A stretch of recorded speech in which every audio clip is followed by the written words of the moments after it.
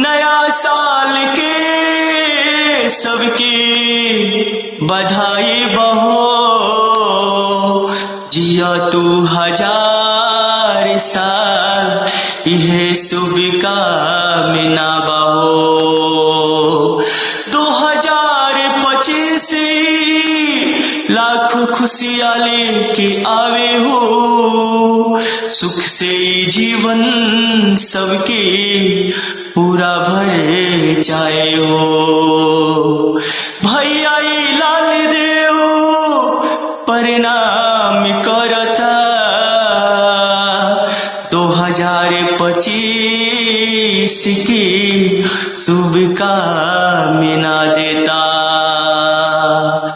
प्रणाम माँ भैया हो सबके, तू खुश हमेशा रहल करा,